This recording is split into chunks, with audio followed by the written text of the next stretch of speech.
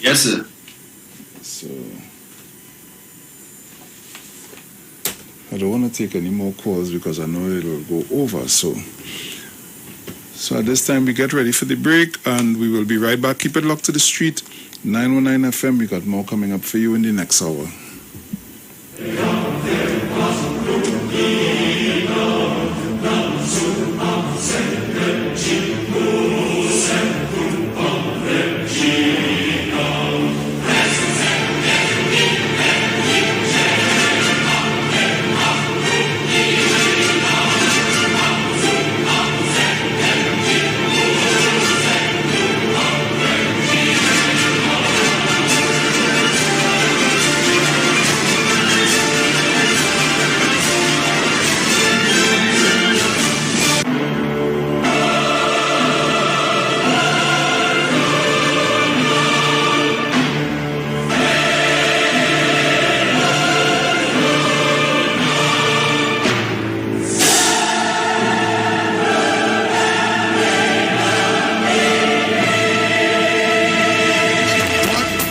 You give me something I need, yeah. You give me something I bleed, yeah. You give me something I crave for. I really wanna feel good now, so let me have my way now. No matter what I believe, cause I'm so invested in you. Cause I really feel a vibe every time I set the light up. And nobody like this, man, it's not like this, and it's not like you. So, and I'm trying on this. I want everybody from the front to the back, to all the chorus. You ready? One, two, make them all up. Tell them say, no things are over now. No things are over you. One, make them all up. No things are over you. Over you. You guys are shot to me. What I said, shot to me. Oh, special. Very special. Oh, special. Very special. Whoa, whoa. Shot to me. To me. To me.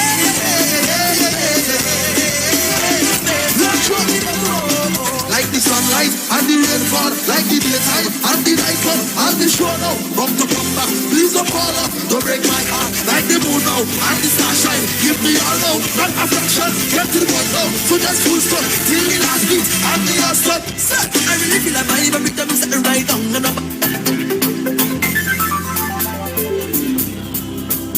All who play with you on the road last year. All who played with a bit of carnival again, set, come on. Roll out them times up, roll out them times up.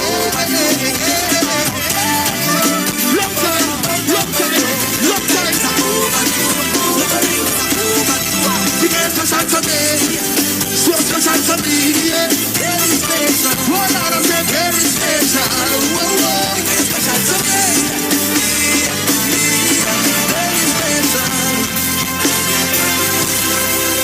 Take my ball out.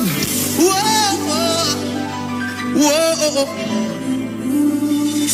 Long time this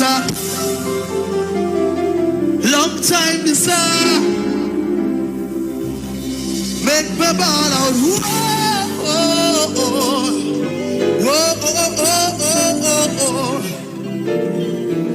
Long time this overdue.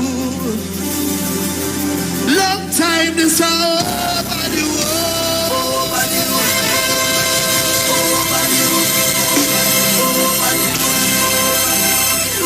Excellent, my name is EA.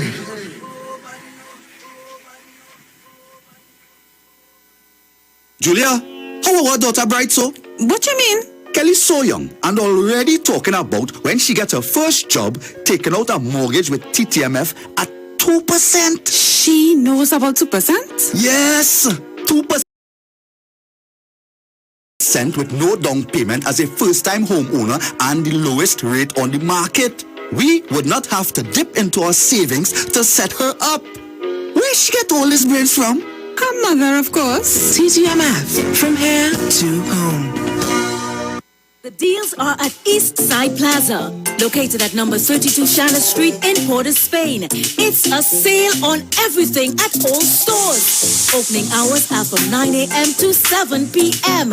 Everything from food stuff, lunches, pottery, African wear, Christmas gift items, tailor services, hair salon services, and so much more. Everything means everything. Head into Port of Spain and check out East Side Plaza at number 32 Charlotte Street. Trini's always celebrated. Whether it's big wins for game night, a virtual link up with the whole team. Hello. Hey, what going on? Or the concert of the century. Celebrate the best digital experiences every day with Digicel's 30-day Prime $249 bundle. Get dedicated app data for sports, concerts, music, video calls, and more. Plus 25 gigabytes any use LTE data, 200 anywhere minutes, and free Digicel calls. Dial *323# or visit the My Digicel app to buy. Digicel, better together.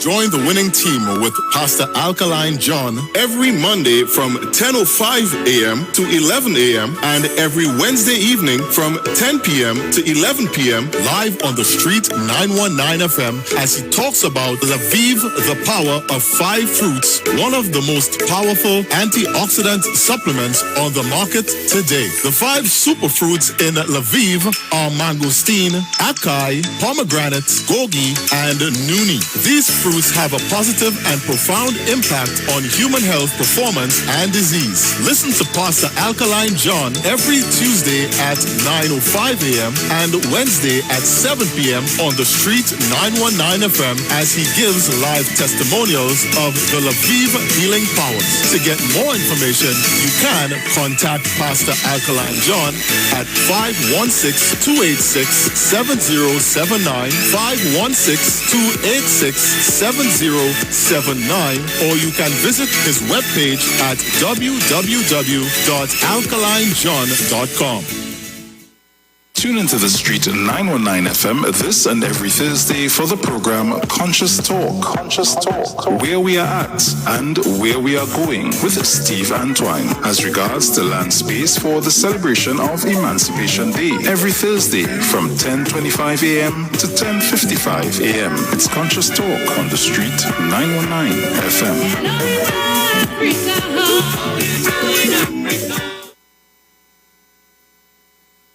If you're experiencing pain, constipation, headaches, poor blood circulation, high or low blood pressure, diabetes, cancer, swollen or darkened feet, come visit us at Health and Wealth Lifestyle, located at 73 Eastern Main Road, Barataria, opposite Eastern Credit Union. We at Health and Wealth Lifestyle offer a wide range of services. Come and experience our new 3D analyzer, which allows you to have a look inside your body. We also provide live blood analysis, iridology, ionic foot detox with foot soak and foot massage, aquatherapy, full body massage, and organic supplements on sale such as Nano Silver, Nano Zinc, Body Light, cold pressed sesame oil, and more. Health and Wealth Lifestyle, located at number 73 Eastern Main Road, Barataria, opposite Eastern Credit Union. For more information, call 275-8359 or 288-1108. Join Nicole Huggins for Health and Wealth Lifestyle every Monday from 9:05 a.m. to 9:55 a.m. right here on the Street 919 FM. Dr. Livette. Join him right here on your radio every Friday afternoon from 5:05 p.m. to 5:35 p.m. for your dose of the health and wellness in a program that is sure to change your life. Popular for promoting Livette rather than diet, Dr. Livette has transformed a number of lives nationwide and is now live on the Street 919 FM every Friday from 5:05 p.m. Tune in and also learn about the U-Juice to build your immunities and promote overall great health. Dr. Livette on the Street 919 FM this and every Friday from 5:05 p.m. to 5:35 p.m. It's time that you live. From the studio to the stage, every Friday between 3 to 4 p.m. right here on the Street 919 FM. Radio you can see. Log on to our Facebook and YouTube so you can see live interviews and performances from some of our very own local superstars. Right here on the Street 919 FM.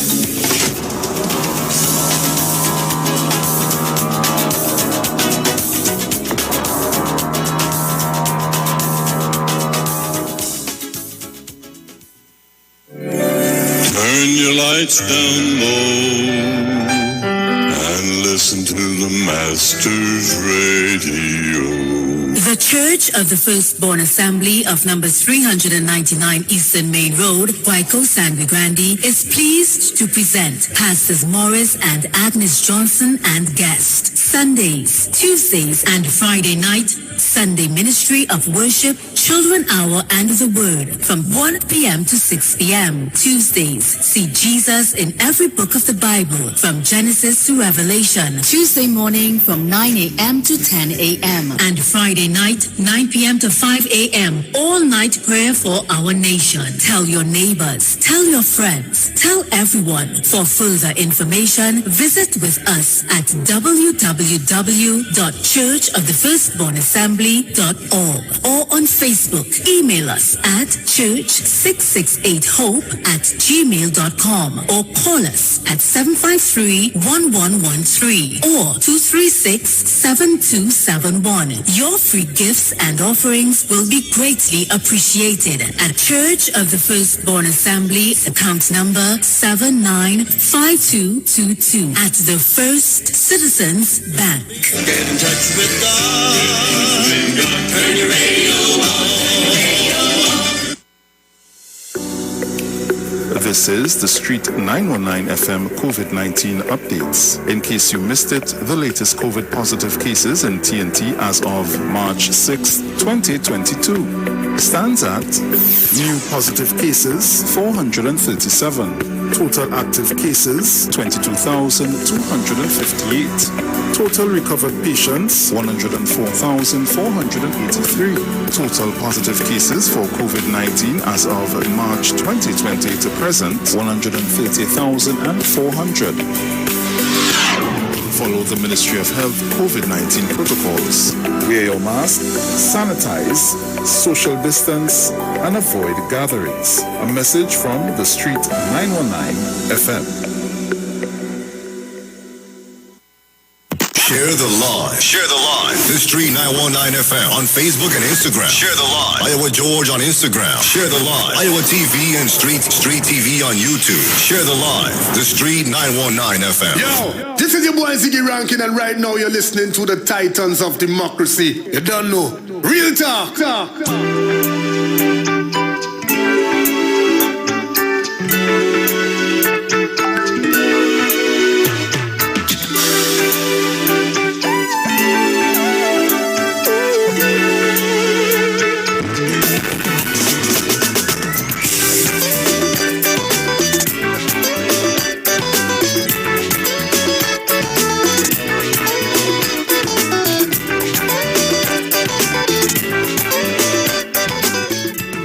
So welcome back on the inside. If you're just joining us, you're locked on to the Street 919 FM. This is your Titans of Democracy, and at this time I take you to Mr. Dominic Romaine, who has an interview here with us with Miss Celicia Duke. So Dominic?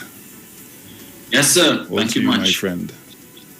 Right. So thank you for staying locked to the Street 919 FM. As Bruce should have indicated, we do in fact have an interview this morning with Ms. Celicia Duke, who is the project coordinator in the Division of Infrastructure, Quarries and Urban Development in the THA, having served the THA for the last 14 years, 11 of which has been in the capacity of project manager. Good morning, Celicia. Good morning, and thank you for having me. Is it raining over in Tobago? Very much so. Right, so Celicia, you're here to talk to us about the public consultation on the design for the Scarborough redevelopment project. That kicked off on February 23rd, and I'm seeing here from the information provided to me that these consultations, so you all are taking it in terms of the different interest groups. So yes. So tell us a little bit about that. What is this consultation about, and more specifically, the Scarborough Development Project? Okay, so we are having our next consultation. We had a first series of consultations, right? So we had one starting on the 23rd of February and every Wednesday after that. So the last one of this first series will be on Wednesday, starting at 5 p.m. And the interest group for this would be the landowners, residents of Scarborough, the general public, right? So Scarborough, we would say Scarborough is a product of neglect and decay. It is not where it should be, right? We are seeing a lot of poorly maintained and dilapidated infrastructure. We have the utility lines hanging, poorly maintained. We have the transportation network system. It needs to be reorganized. We have a port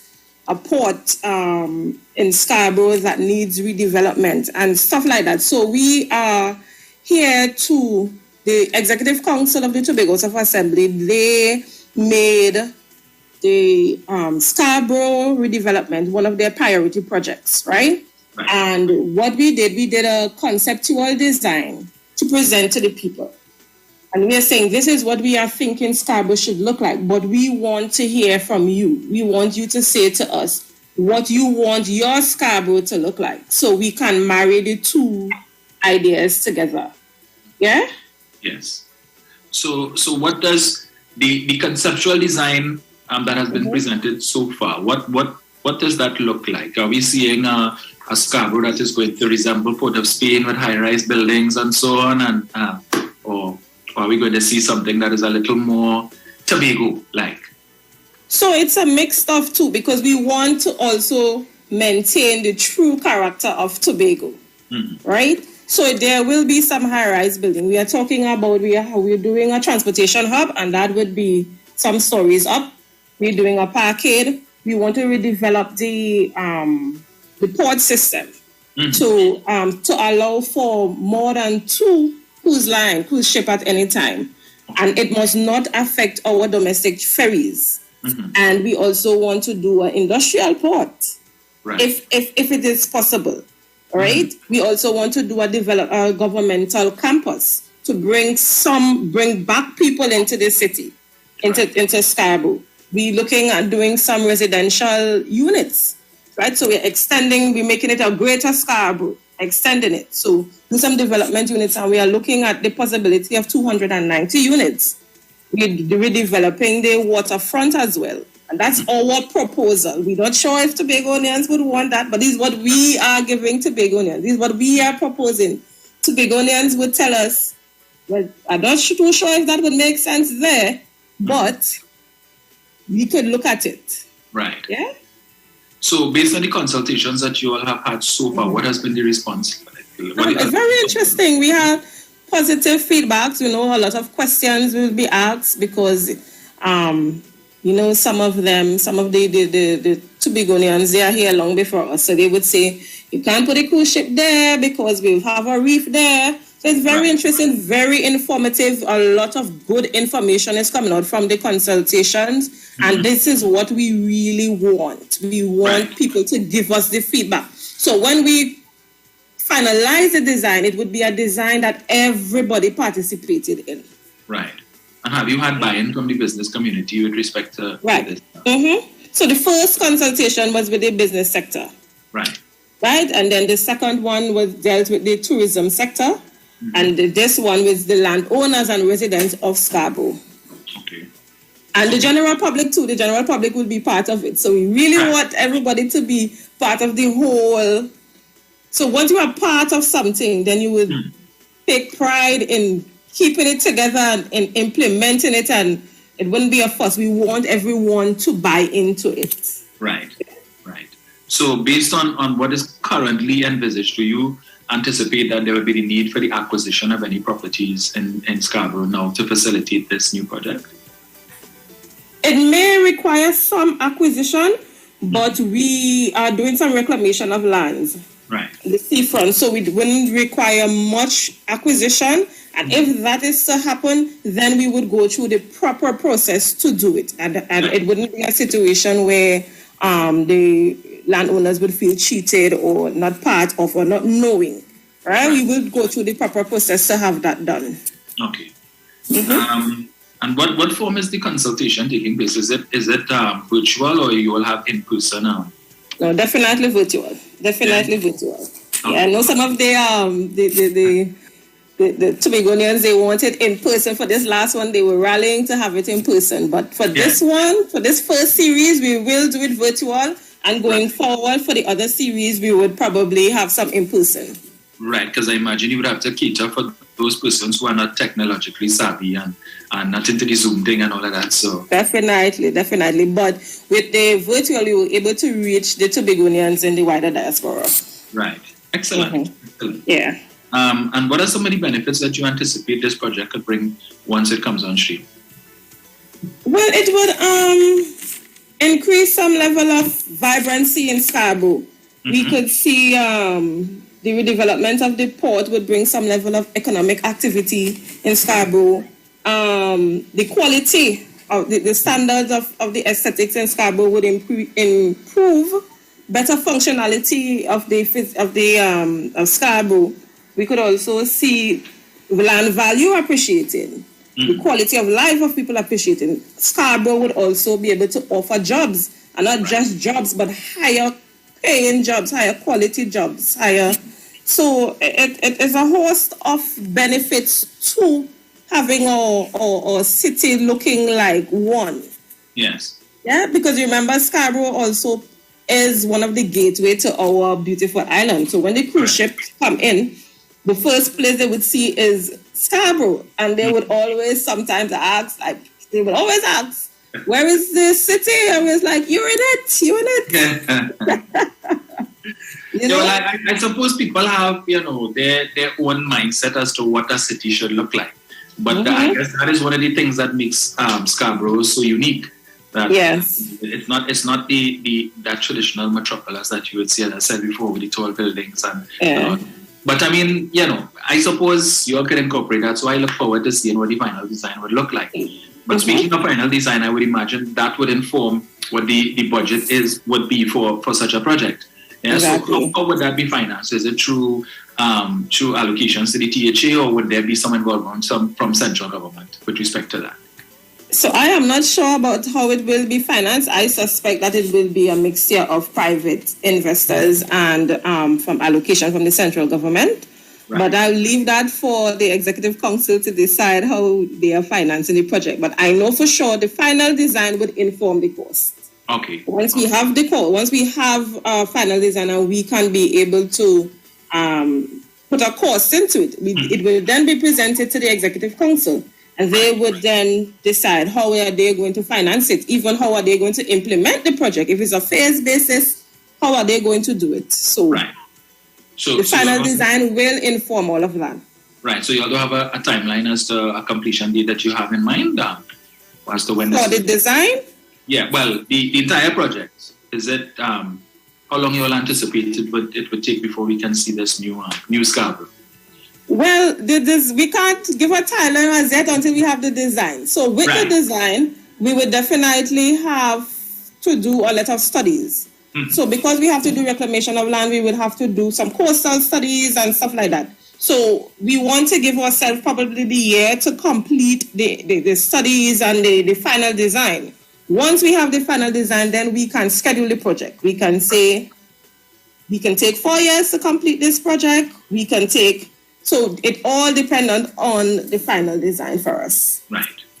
So you made mention earlier about a transportation hub. So will that hub involve just, let's say, government transport like buses and so on, or will there be a space for the taxis and so? Because in Scarborough, you have taxis on the road and some here and here. So we are envisioning it will have the public bus. We'll have the maxi taxis. We are thinking to have the taxis for different areas. We're also incorporating PH drivers if possible. Okay. So you can go to one area and get it. It could be like a transition hub. I come from Charlottesville. I stop off, jump in a taxi to go to Crown Point. It shouldn't. It is an area of convenience. And connected to that, we would have the parkade. Right. So you can park. So park and ride situation. You can park. Go over to the transportation hub, take a bus, take a maxi, get to where. So that in itself would also help to ease the amount of vehicles we have on the road. Right. Yeah.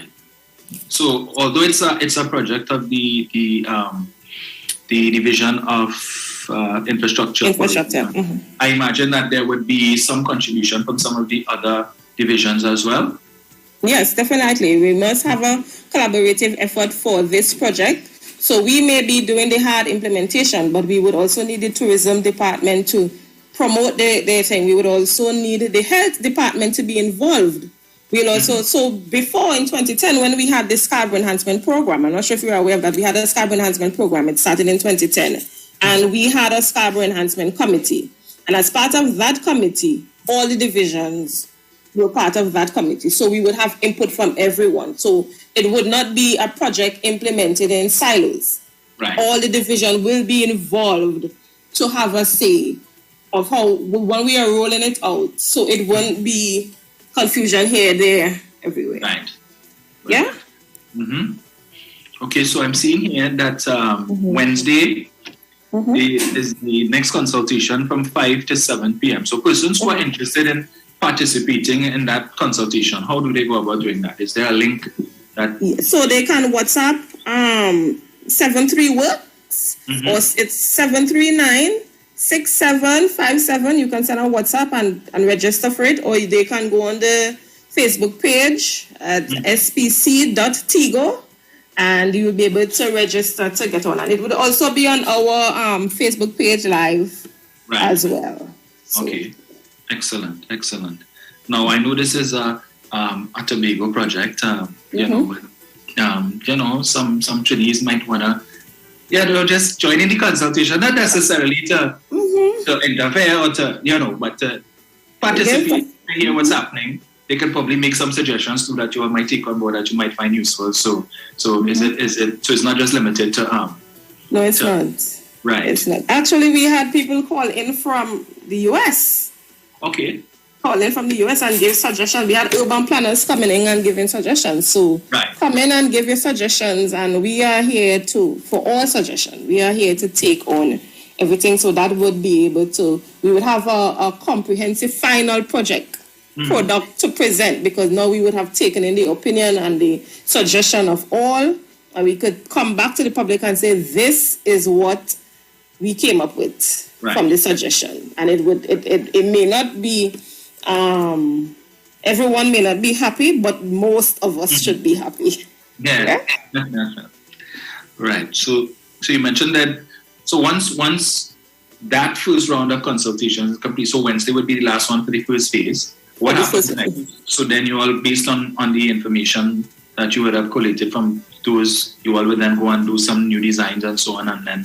Right, so we would based on the information received, then we would go back to the design to make changes. Also, we would have to do the necessary studies, because some of the responses would, the port shouldn't be there. Remember, you have artifacts on the seabed. How are we treating with it? So the necessary studies and the semantics would be worked out. Right. Then it would inform the design. So our lead is architect Joshua Stewart. He would then work with us for us to finalize the design. Then we would come back and see. This is yeah. So based on the consultations you've had so far and these recommendations and suggestions made, is it markedly different or from what you all have put in place or what you've conceptualized so far? Has there been recommendations to make any significant deviations from what you all have envisaged, such that you would say, well, the design we have so far, that gone? No, actually, no. Most of the things they were informing us of. If we are doing reclamation, we have to remember we have reefs underground at the sea. Maybe we should, instead of turning the piers one direction, maybe we should consider turning it another direction. But to change an entire element from the project, we did not get that.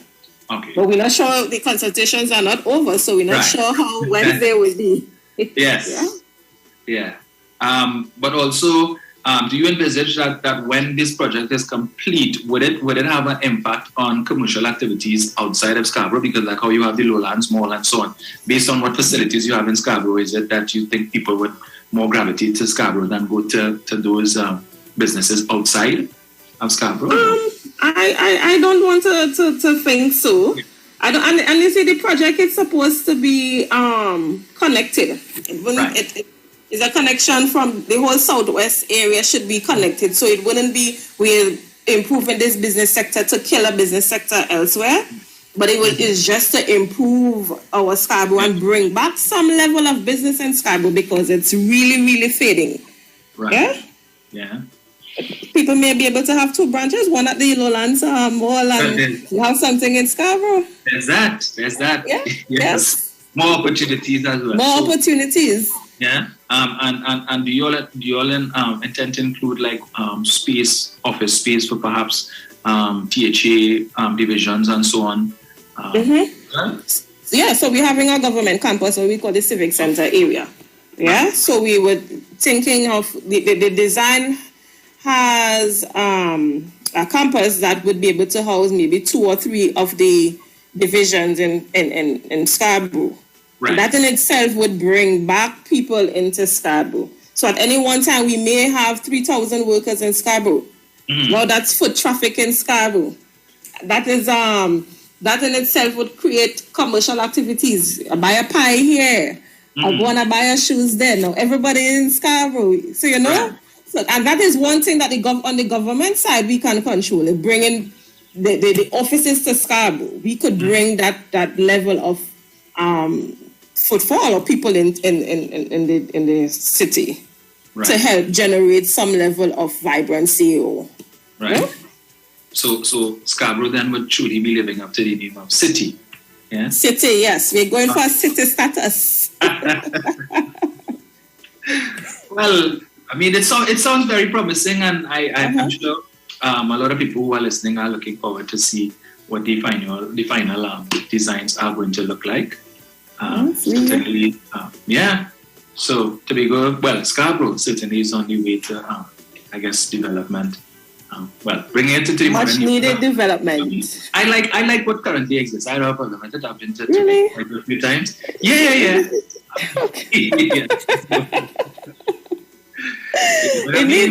It needs some upgrade. We want to carry it to 21st century. We still back when we are gone, my future generation must come back and say, oh, this is in mommy's time. This is how the architecture used to be. Yeah. This is how designs used to be. But now, if they are here, they would say, wow, this is from ancestors' days. Yeah. Yeah, we need to bring it up. We need to we can't let the technology and the world go away and leave us, and we are still stuck in 1980 something. Yeah. So the esplanade that currently exists there, where you have these small shops and so on, that would stay there, or I guess it would depend on what are the recommendations. So as part of the design, it is still there. The booths will be upgraded. Right? And reclamation of land will go behind that, out seawards. Okay.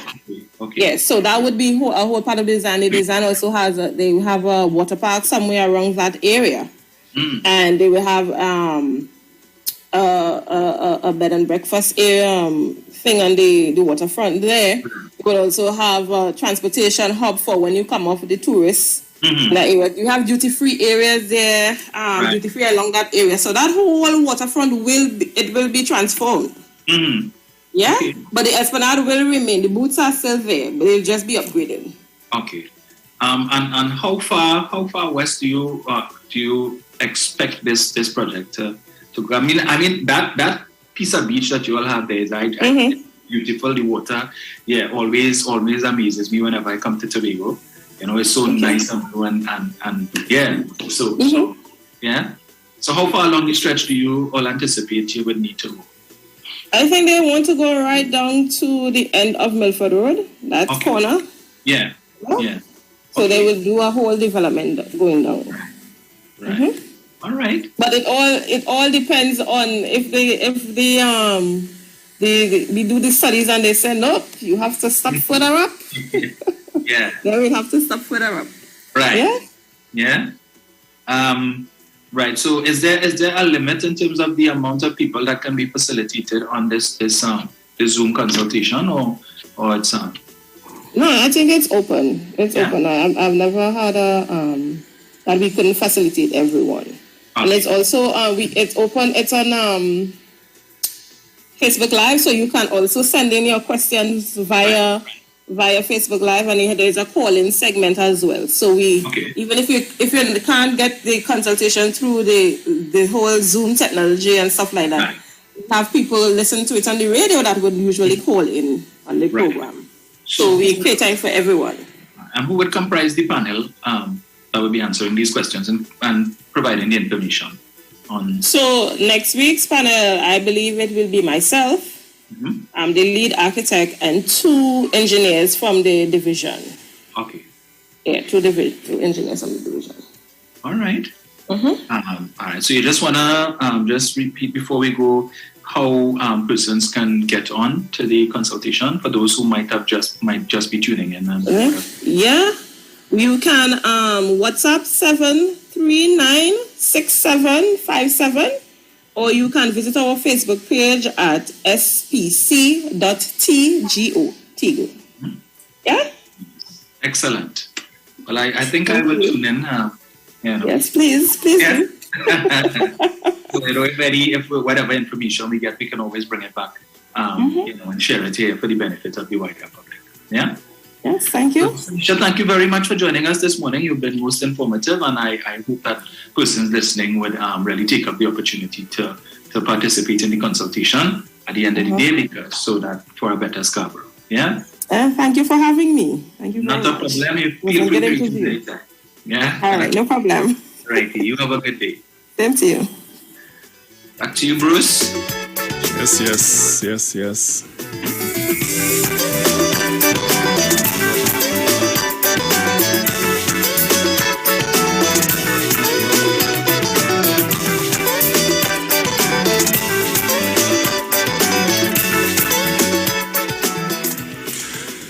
Yes, Dominic. So I just have a bit of information before we continue. So I'm going to do that, and then we can probably open back up the lines and see who's out there. So guys, at Value Optical, you see everyday savings at all 14 locations. Whether you're 8 or 80, our experts deliver eye care solutions for all your vision needs. At Value Optical, you also get the fastest delivery for your new specs, so you don't have to wait to see in style. Value Optical, expert care for your eyes. Relax and unwind with a Guinness, the perfect revitalizing drink to cool you down after a long day. Grab one from the freezer, pop up on the couch, and enjoy your me time to the fullest with an ice-cold Guinness. Shop now at New City Mall and check out our premium selection of high-quality clothing and accessories for men and women. Save on all items with competitive prices and courteous service throughout the entire mall. New City Mall is located in the heart of Port of Spain with entrances on 3 Charlotte Street and 41 Independence Square. New City Mall. Like us on Facebook, follow us on Instagram. Our opening hours are from 9 a.m. to 7 p.m. daily. Join Pastor Kelvin Harry Narayan and friends for the Way, the Truth, the Life radio program, Radio Ministry, a Church of Life ministry, live on the street 909 FM every Sunday from 6:05 p.m. to 7 p.m. For further information, you can contact 686-3845 or 349-5178 or 342-7303. Join Dr. Livette right here on the street 909 FM every Friday afternoon from 5:05 p.m. to 5:35 p.m. for your dose of health and wellness in a program that's sure to change your life. Popular for promoting Livette rather than diet, Dr. Livette has transformed a number of lives nationwide. Tune in and also learn about the U-Juice to build your immunities and promote overall great health. Dr. Livette on the street 909 FM every Friday from 5:05 p.m. to 5:35 p.m. It's time that you live. For more information, you can call 638-9437. And the deals are at Eastside Plaza, located at number 32 Charlotte Street in Port of Spain. It's a sale on everything at all stores at Eastside Plaza, and everything means everything. Head into Port of Spain and check out Eastside Plaza, number 32 Charlotte Street. And tune into the Street 919 FM every Thursday from 10:05 a.m. to 10:20 a.m. for the program Straight and Narrow, The Way of Life. The Health Store being brought to you by Mrs. Harleen Collins Mohammed. For more information, you can check us out on Facebook or Instagram at Straight and Narrow, or visit our website at www.opulence.com/Arlene for Life. You can also call or WhatsApp us at 309-4697 or 620-9379.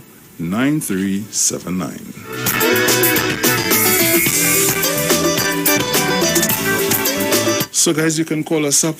The lines are now open, 342-0081 and 466-5391. Remember, you're locked on to the Street 919 FM. This is the Titans of Democracy. Caller, good morning. Hey, morning, Bruce boy. I am late. Dominic. Morning, sir. Morning, Big Bruce. Oi, yes, brother, man. Commercials coming, man. That's good for business, man. Happy to see that, man. Well, Dominic, I just want to say, boy, you see that whole thing with Paria and them divers, brother, as I say, it's all politics. Everything will takes its course. Nobody going to resign away until the investigation is concluded. All that is politics in this pelt and mud. And people are to be aware. Dominic, we had $138 a barrel of oil, and gas prices is following very fast as well. Yeah, well, your partner, Mariano Brown, so cold water on me, saying there's no benefits to begin. Well, I understand where all the academics and them saying, but regardless of things might spike all around the world, freights and costs and duties, and they're saying that the energy sector is down, LNG is down by 40%, train one, and yada, and 60,000 barrels of oil, we not up with production. Wherever little that we get any kitties from taxation from the multinational companies, it's still a plus, Dominic. I see the glass half full, you know. The scene half empty. So you see, the whole thing is a target barrier, because as much as they might say, Bruce, that boy, nobody going to benefit from that, the raise of oil and stuff. Don't study them. They want to get back in there, whatever little it has to continue the profligacy. And whatever little is to be gained, the subsidy obviously will go up. We're waiting on the midterm review by Mr. Imbud. I want to hear what is in. Bitumen has gone up, and something could be done. And that's how I see it. But you see all that, Bruce, what's going on there with those divers and all. Everybody turned diving expert. Everybody turned expert. Everybody turned underwater welder. Right? They can't stick to piece of iron, but everybody turned expert. They can't even swim in a foot of water, but everybody turned expert. And like this Trinidad, we have to stay focused. And the end, Bruce and Dominic, Mr. Brad Manning said something Friday. When you have people like Wall Street and them fellas and them trying to injure the party by trying to take out the leader because of your selfish ego, a cargo massage and something that you want a state property to be given to you, and using poor people as your excuse to hide behind. And you injure the party. The only people that benefit from that is the UNC, the United National Congress, because them are 18 seats that don't move. So you want to take out the leadership and take out PNM and Mr. Hines and Dr. Rowley. Where's the alternative? This is what I want to ask the learned professor and people. Where's the alternative? Not the UNC back in? And as Brian Manning said, we know what went through. So let black people continue to fight. Let PNM people continue to fight and keep running one another and discouraging people. And at the end of the day, so long as Bruce ain't get through, so long as I can't get through, I go mash up everything so nobody can get through. I wonder which other races think like that, boy, fellas, boy. Only educate me. So long as I can't get, I mash up everything so nobody else can get. Fellas, morning, well, let's take care. Yeah, man, bless. Thank you, sir. But I think Bruce, with respect to the increase in the oil prices, why there may be the view that we wouldn't benefit. I wouldn't say we wouldn't benefit necessarily. It may not be in a significant way in terms of additional revenues that the government could use on other things. Because as I would have said before, budget 2021-2022 had a projected deficit, I think, of between 4 to 7 billion, which would have been or supposed to have been funded by drawdowns on the Heritage and Stabilization Fund and through borrowings. So that if it is that the government realizes increased revenue from the higher oil prices, energy prices, it just would serve to reduce the size of that deficit, right? So the only way the government will really get extra revenue that we can boast about is if we have a sustained increase in the price of oil and natural gas to the point where it erases the deficit and we have a surplus budget. But once we still have in March, so we still have another 6 months to the end of the fiscal year. So depending on how this war between Russia and Ukraine progresses, if there is some sort of intervention from the West, I know the United States has indicated that they're not willing to send soldiers to fight Russia in Ukraine because they don't want to run the risk of sparking a world war, because Russia does have some significant nuclear weapons. They have one submarine, I think, that has the capacity to wipe out half of Europe. Yeah, they also have a bomb that they call Moab, the mother of all bombs, which could do some significant damage. And given the fact that Vladimir Putin appears to be a man unhinged, I saw a clip on Facebook yesterday where he's sitting in this room and all of his advisors and so on are sitting in a sort of semicircle, and each of them had to come up to the podium and praise him and support support this war effort. And one guy dared to dissent, and he was saying, well, he thinks that there could be negotiations, and Putin was like, so what you're saying that something about the sovereignty of Russia and all that kind of thing. And I'm sure that when the cameras were turned off, if that man maybe get too hard slap, I wouldn't know that at all. Yeah. So it depends on how long this issue goes on, and whether or not there's any escalation that could result in higher oil prices. Of course, we have to be concerned from the perspective that we import fuel, right? And therefore, if there's a significant increase in the price of oil and gas, it could affect the prices that we pay on the spot market for the fuel that we import. And let me just say this to the trolls who will come and talk about the refinery, and if we had the refinery, then we wouldn't have to worry about that. The fact of the matter is that if we had the refinery, we would still have to import 100,000 barrels of oil per day at whatever is the prevailing price. Yeah, so we would have still been paying a lot of money. So is it you paid for the fuel, the refined fuel that is produced outside, or you would have been paying it for the barrels of oil to import to refine the fuel here, right? So slowly roll. Come and chop and say about the refinery and say, well, we don't understand. So let me just say that. Now, if prices go to maybe $200 a barrel, but again, it comes down to the issue of production. As we know, we produce, I think, less than 100,000 barrels of oil per day. So, that too is cause for concern. But, I just thought I'd throw that 2 cents in there.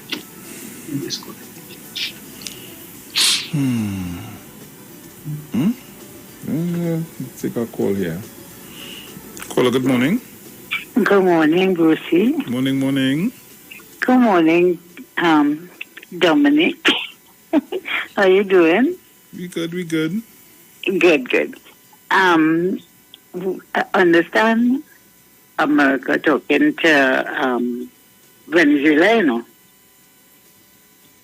So if America talking to Venezuela and we get oil from there, I don't think oil will remain at any high price, Dominic, I really want to hear you talk about that. Okay, I heard it on the news last night that they're talking to Venezuela. So, and the oil cheap there. So I would like you to talk about that, please. Okay, darling, bye-bye. Bye-bye, take care.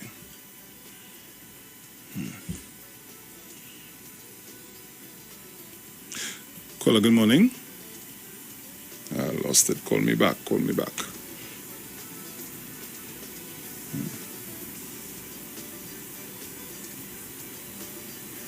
Caller, good morning. Hey, good morning, Dominic. Good morning, Bruce Wayne. Morning. Hello? Yeah, morning, sir. Listening to the conversation there. Looking at the situation with this Paris situation, I think this thing set at a kind of precedent because they might have a repercussion on kind of industries. I am thinking, right? If I am a homeowner and I hire a contractor to build my home, right? And let's say the workers from that contract firm get injured. Is there a possibility that the workers could sue the homeowner? I just asking that question now because the way I see it that Paria hired these people to be subcontract, just to do a work for them, correct? Bruce Wayne? Yeah, go ahead. Yeah. So I'm just asking, if it's a precedent being set, because if a man come to maintain a pool, right? A company hire a pool man come to fix your thing and the pool man fall in an accident. That means the worker could sue the homeowner too. So I look at that situation now. So I just want to find out what's domino effect, if this thing might have a domino effect. Because looking at a situation where people with mortgages could get a bill now, it will have a domino effect in the country. So I just want to find out what's our opinion on this thing now. Okay? Yeah, man. Thanks.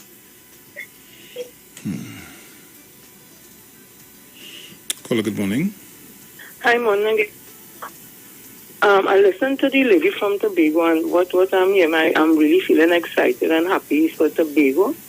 My only little concern, because Tobago is still our business, my only little concern is we have been sold in a garage sale that Farley and Duke is transformational leaders. So I hope this garage sale transformational leaders, that they will buy onto the idea and not put stumbling block in the way of development, real development for Tobago, because probably it's not them came up with the idea. So I really send out the message to the two garage sale transformational leaders that come on board, pick up Tobago if they really love Tobago. Let Tobago go to the next level, because it is a tourist resort, a tourist island, and we want the best. We all are still our brothers and sisters. So I hope they get the message. Joke, the garage sale transformational leader are going.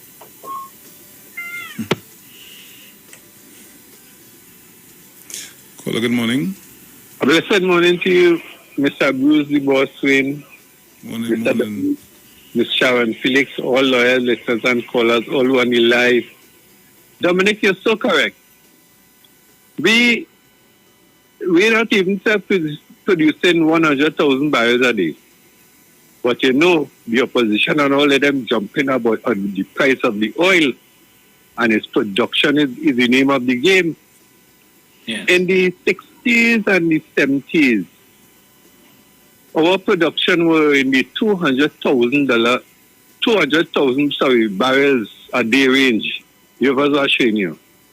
And from that, we reached down to whatever number we are right now. And it's workers we're dealing with. Look at the union. They don't want to buy the refinery. You know, they used to build one rig to bring out 1 barrel of oil. They used to put their head together to even build 2 rigs. If you have a shame here, 2 heads are better than 1 to get more production from the oil sector. But it's behind the government. And I want to tell people this. The price that they are on oil right now is for April deliveries. If you understand what I'm saying. Dominic, you could explain it also. What they are negotiating for this month is for deliveries next month. And so it goes. So the money doesn't come in the coffers in the same month. It comes in next month. Thank you very much, Dominic and Bruce. Thank you. Thank you, sir.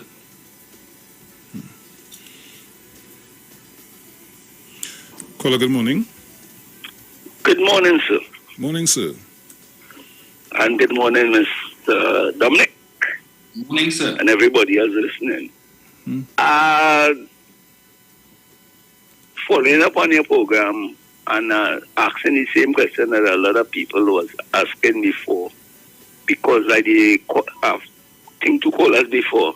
Because if I hire somebody to do a job for me, they're responsible for their workers and who they hire, right? Because nobody asks any question about the contractor who award the contract, if the people who went down there were certified to do the work they will do, or they were just people who could swim about a little bit and do some welding.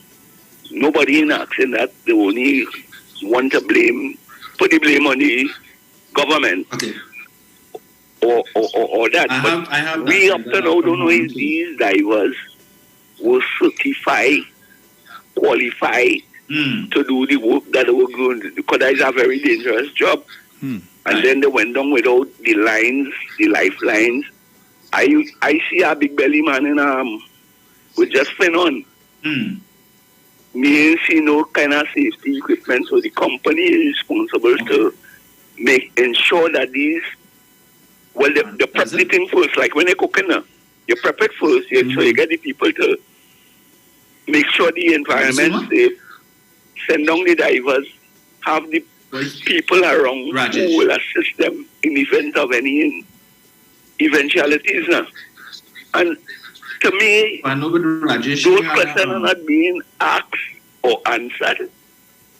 And based on what I saw, I didn't see any no big set of safety. Everybody want to make money for themselves and they don't care about the worker because I don't get my money. I want to know who is the person that signed up on the contract. I don't know who is the contractor, but who signed up on the contract. So as it always say, is a PNM person do this? So I want to know is a UNC person signed up on the contract too. Right? And those are the questions I want to hear. Those are the things I want to hear. I don't want to hear about the manager and this one. I want to hear about the contractor part. If he follow all the regulation that he's supposed to follow, hire the people that he's supposed to hire, and all these kind of things. That is what I want to hear. So I don't want to hear government just call him King Lion, Babu Moutman. I don't want to hear them. Right? So Bruce Dominic, have a blessed day. Yeah, man. Take care.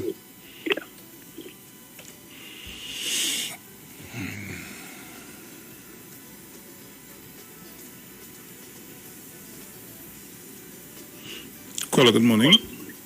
Hi, morning, Dominic again. Morning. I really enjoyed that interview. It's a big one. I really will follow in their mind it and be outside of the UNC, the responsible people that Tobago feel that they elect and buy into things so we could add, value to even their term in office. Yes, I believe that even though I hire a contractor, Dominic, vicarious, I think if it comes like the police do something wrong, they sue the commissioner of police and probably the attorney general. So even though you're a contractor, the person hiring the contractor has to ensure that all the prerequisites to carry on the work, they have to ensure that they can do it. As when people doing litigation, they will include both or probably one, which is the major company. So the major company can absolve themselves. It's just that the UNC and the minute they see that it's probably a board appointed by a minister, they would come as government, at the UNC style. So they don't inform the people of anything, They just create confusion where people are going to lose focus. So I'll go back to the people who lost their loved ones that don't listen to the UNC. I see Prakash Ramadas probably get verbs and so on. But once you see government, all of them get life because they feel they make themselves viable for governance. And that's the problem. But it's true. The person who hired the contractor, they too have a major responsibility and litigation could be brought against them. Take care, Bruce and Dominic. Nice program this morning, man. Yeah, man. Thank you. So, Dominic, we could probably take one more call. Okay. Before we close off. So, let's see and take this call. Caller, morning. Morning. Okay, guys. Yeah. Dominic, excellent interview on with that young lady there this morning. They make me smile. I said like that young lady left in on that side. I commend you on that. But my financial guru, good morning, Jenny, and Mail, and Mr. Chance and everybody, Manu, everybody. Today, and all, everybody. Financial guru, because the UNC is going around. And here the argument now. The John just try to create to the population that the government is going to receive a lump sum of money. And at the end of this oil price, they will tell you that the government receive X amount and they can't spend it. So that's why everybody's jumping on the mantra that the same thing that we was using again, and because they got it, $150-something a barrel. They benefit from that. Unlike under this administration, because there is run for at least 6 months and more, this is not guaranteed to where it's going unless Putin shut off the gas. Because America is saying they don't want to have no telling parts of Europe don't have any dealings with him and this gas. But Europe is going to freeze if Putin don't have the gas. That's all. So thank you very much for that contribution and that interview this morning, my brother.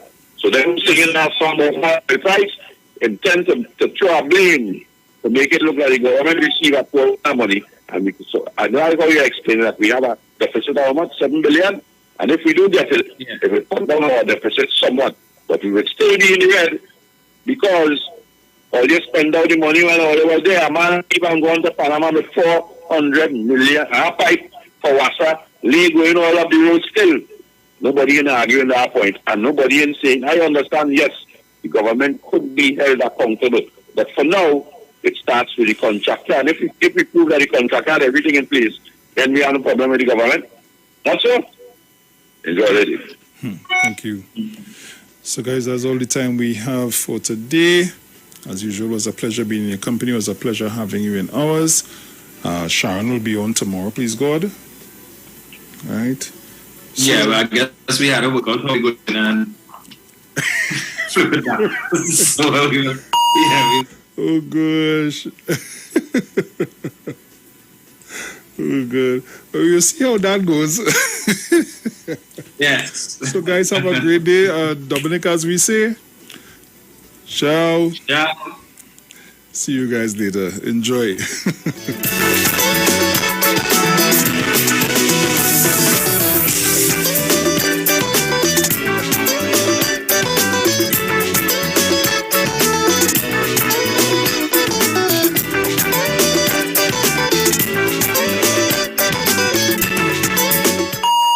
The views expressed are not necessarily the views of the management of the Street 919 FM.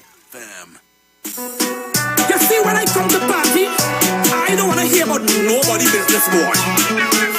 Security, put the mark on them, out the party, put the mark on them, put the mark on them, out the party. I ain't come for that.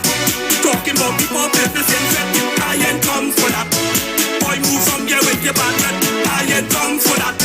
Talking about people business in I ain't come for that. Boy, move from here, give me a chance. Me and my little pussy, come get up us a line.